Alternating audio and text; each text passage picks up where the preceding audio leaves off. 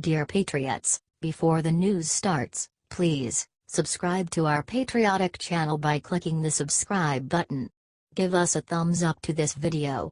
Don't forget to leave your opinion below in the comments section. Share the news on Facebook and Twitter so you friends see it.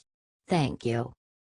CNN's Ana Navarro explains how hating Trump has turned her into a black person. We knew CNN's Ana Navarro was nuts, but this is just ridiculous. According to Navarro, she is actually an African American because according to her, African Americans don't like Trump, and she also doesn't like Trump. This is not a joke. 0% African Americans support Trump in polls. I knew I had to be black. Took Ancestry.com test. So excited. 4% black. Explains a lot, she wrote. You know who else conflates race with ideology? The KKK. The KKK and Ana Navarro would get along very well. Also, clearly saying that 0% of African Americans support Trump is fake news. You just need to find one black person who supports Trump and you can prove she is wrong. Different polls also challenge her claim. Trump's numbers improve significantly among young African American voters, 42% approve and 53% disapprove. This number is up significantly since our last oversample in July, at that time 33% approved and 57% disapproved, says a poll by Zolby. Ana Navarro is an outspoken critic against Trump and Republicans. At the same time, Navarro says she is a Republican. This is most likely a ploy to convince viewers that CNN has people from all over the political spectrum. But CNN and Ana Navarro aren't fooling anyone.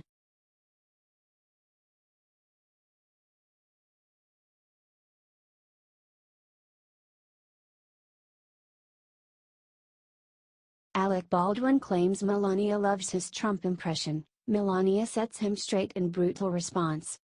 Alec Baldwin is a failing actor who has tried to become relevant again by making fun of Donald Trump. For months, Baldwin has dressed as President Trump on Saturday Night Live in order to mock him. However, he took a step too far when he claimed that Melania Trump loves his impression.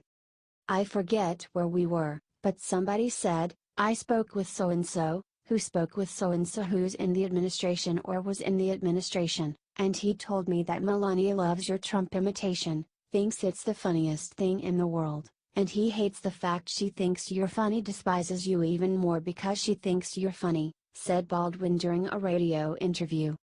Melania responded to these moronic allegations in a brutal way. That is not true, which is why Mr. Baldwin has no actual names to go with his bizarre assertion, said Melania's spokeswoman. Despite being called out as a liar, telling a very obvious lie, Baldwin doubled down on his claims. And I'm telling you, this guy told me that somebody very high up in the administration, or formerly high up in the administration. Trump's on the phone telling her social secretary what to say to the press, but Melania's in the other room watching SNL, he said. Wrong. Melania would never watch that garbage show.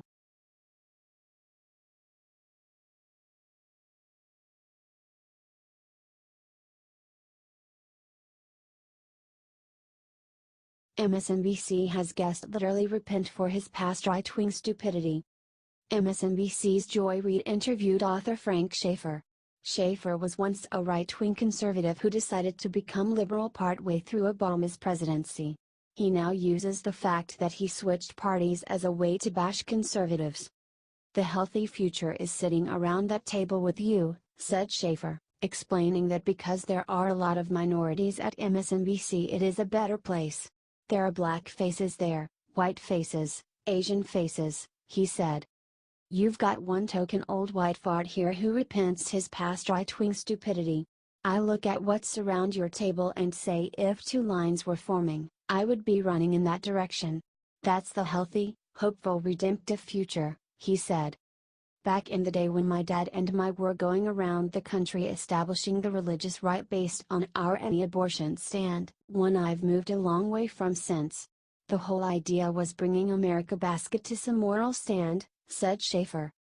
Think about the Republican Party now.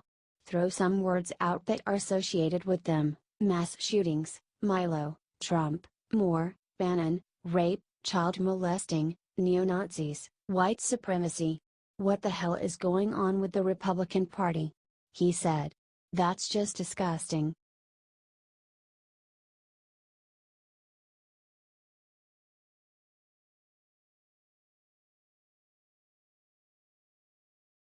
Sally Khan says we must fit men for toxic masculinity, changes tune when Bill Clinton is mentioned. CNN's Sally Khan recently wrote an article on how we need to do a better job of stopping toxic masculinity from getting power. The article was clearly directed at Donald Trump. However, she had a completely different attitude when it came to the women that Bill Clinton allegedly raped. We must together open our eyes. Donald Trump called for the expansion of extreme vetting for people entering the United States. Why aren't we extreme vetting men who are here? Why aren't we talking about toxic masculinity? Why aren't we, as a society, seriously scrutinizing men and masculinity, and how the way we raise our children, treat our workers and form our policies perpetuates behavior we say we don't want? The answer, of course, is also the problem. It is because men wield disproportionate power and privilege that we have failed to question this reality, and improve upon it, in any serious way, she wrote. During a CNN interview, former Trump campaign advisor Jack Kingston brought up the women that Bill Clinton has assaulted. Jack, the difference between Bill Clinton and Donald Trump is Bill Clinton was impeached. So we aired that one as a public. And also, he's not currently the president, said Khan. He was impeached for perjury, responded Kingston. Khan suddenly lost her cool. Listen, this is fine. I'm fine watching this Roy Moore thing go down. Because with condolences to the poor statesman, of course, the women who he has abused and made suffer, we are watching the destruction of the Republican Party before our very eyes. They are doing themselves systemic damage for generations. And I'm going to be honest, I'm here for it, she yelled.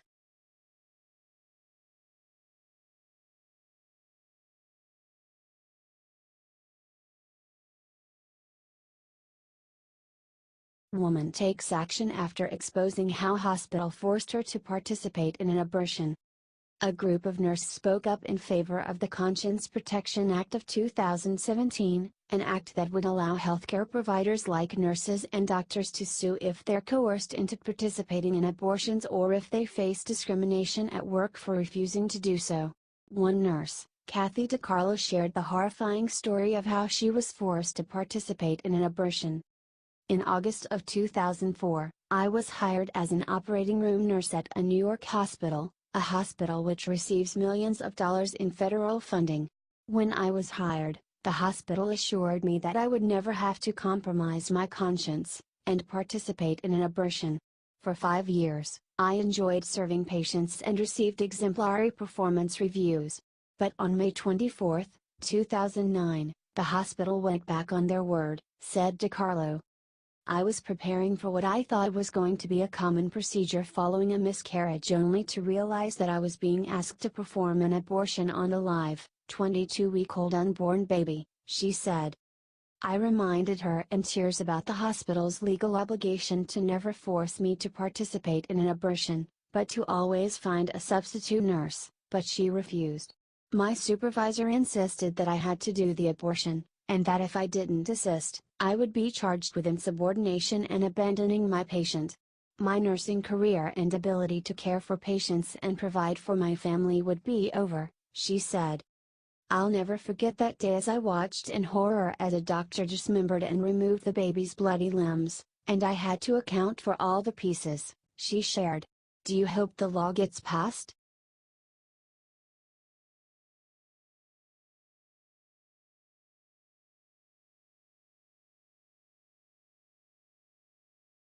Marv shames Donna Brazile for exposing Hillary corruption during election. It doesn't matter. It's over. During the Democratic primaries, Bill Maher was once a fan of Bernie Sanders over Hillary Clinton. However, now, he is defending Hillary, saying it doesn't matter that she rigged the primary against Sanders and shaming Donna Brazile for coming forward. In an interview, Maher accused Brazile of being stuck in 2016. Can we put the Bernie-Hillary thing aside? That great divide. I mean, that's what all the controversy was with your book, that the elections were, the primaries were rigged, said Marv. And, it doesn't matter, first of all, now. It's over.